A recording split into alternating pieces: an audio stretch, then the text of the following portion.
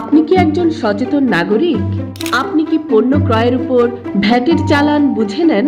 যদি না নেন তাহলে এই ভিডিও আপনার জন্যই।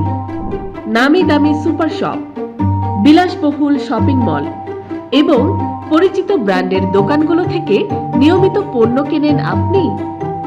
খেয়াল করে দেখবেন, অধিকাংশ ক্ষেত্রেই বিল দেওয়ার সময় আপনি যে টাকা পরিশোধ করছেন পণ্যের গায়ে লেখা মূল্যের তুলনায় তা কয়েকশো টাকা বেশি।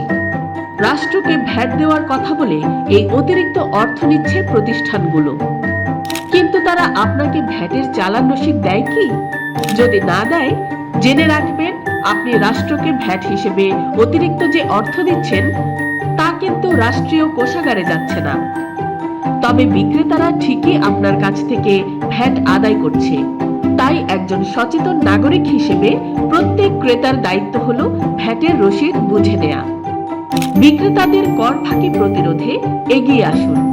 অতিরিক্ত অর্থ দিয়ে ভ্যাটের পণ্য কিনলে সঙ্গে সঙ্গে ভ্যাটের চালান রসিদ চেয়ে নিন।